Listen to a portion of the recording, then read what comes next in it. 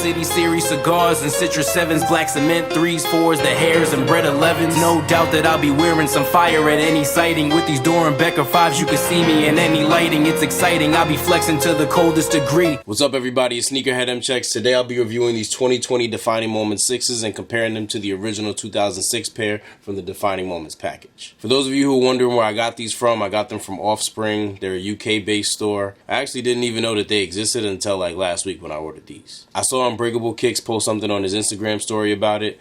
I looked into it. The site did look like something that I'd normally be a little skeptical about at first, but bottom line, I do trust Unbreakable Kicks. He's a legit guy. I know he's not copping any fakes, and he also wouldn't be putting anything out there like that would lead other people to go cop fakes. Plus, the site accepted PayPal for payment, so I really felt like I didn't have anything to worry about. So I got on the website a couple minutes before the drop. They have one of those little like countdown things on there, so I'm just waiting. I'm watching it count down, 3, 2, 1. As soon as it hits 0, I'm on there. I chose my size, and of course, it's out of stock. I choose another size, and that's out of stock too. So at this point, I'm just like, you know what? Let me just try to get any pair, any size, so at least I have a pair to review. So I'm trying all these different sizes, and everything's out of stock. Then eventually, after about 4 or 5 attempts, it finally tells me too many attempts have been made. Like, if y'all just let me buy them, I wouldn't be making all these attempts. So just for the hell of it, I kept trying. It went from telling me that it was out of stock to too many attempts have been made. I refreshed the page and the same thing was still happening. I tried that for like 2 minutes and then eventually I just gave up. I just said forget it. I went downstairs, did something else for a few, and then I unlocked my phone and I still had the app there and I was like, you know what? Let me just try it again. And then it worked. Ain't no out of stock. I knew they was lying. Must have just been a glitch or whatever. You know how these websites and apps be acting when all of us is on there trying to cop something at the same time. But anyway, yeah, I got through. I got to the confirmation page. Then unfortunately, at this point, I did realize I had chosen the wrong size. I wanted a size 9, so that's what I chose. But I didn't realize, and they didn't specify, that they were asking for your UK size. So when I chose that size 9, I really chose a size 9 at UK sizing, which is a US size 10. If you look at the size tag or box label on any of your sneakers, you'll see that they have the US size and the UK size, and it's a 1 full size difference. But anyway, wrong size or not, I'm just happy that I got them. Big shout out to Unbreakable Kicks for spreading the awareness, and big shout out to Offspring for having the early release. I couldn't wait till April. But before I go in depth anymore and bore you guys on how I actually got the sneakers, let's get into this close view and comparison. Here they are. They look great. So right away you can see that the golds are a little different. I'm not really sure which gold I like better, but I do think that it'll be easier to find something to match this newer gold as opposed to the original. The clear part down here on the sides obviously looks different due to age. My 06 pair is quite yellow. I'm glad they came with this hang tag. It's nostalgic for me, especially because it looks very similar to the original one. I actually don't have the hang tag to my original DMP 6s, so I'm going to use this 11s one to compare. The only differences are that the golds are a little bit different and the text on the original one is a little bit more fine. Everything from this angle looks pretty much the same. Any differences you see is really just because this pair on the left is old and worn and the pair on the right is still dead stock and factory lace and all that. So here's the back view. The material on the 2020 pair remains consistent throughout the entire upper, as opposed to the 06 pair where the material actually changes from right here to here.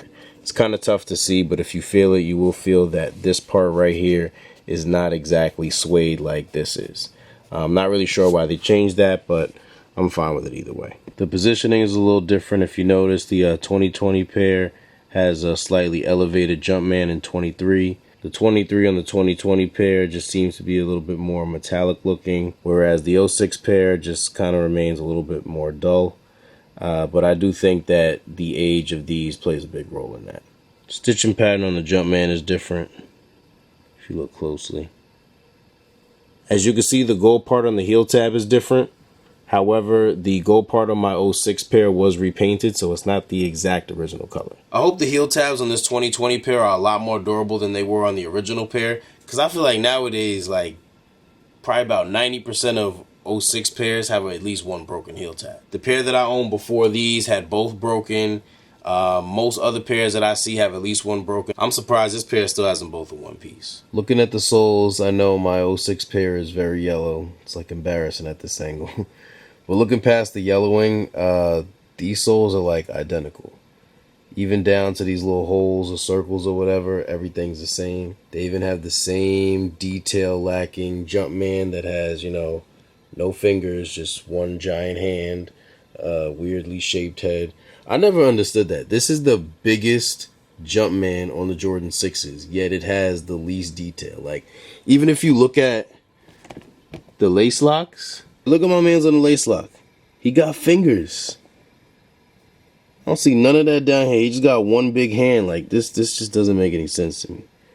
But anyway, the insole has this gold Jumpman with 2020 right below it. Similar to the 06 pair where they have the gold Jumpman with air right on the bottom. I would show you guys, but unfortunately, the print inside the insoles on these has been worn out. This box is cool. I'm glad they did something special for it as opposed to just giving us a regular Jordan's box.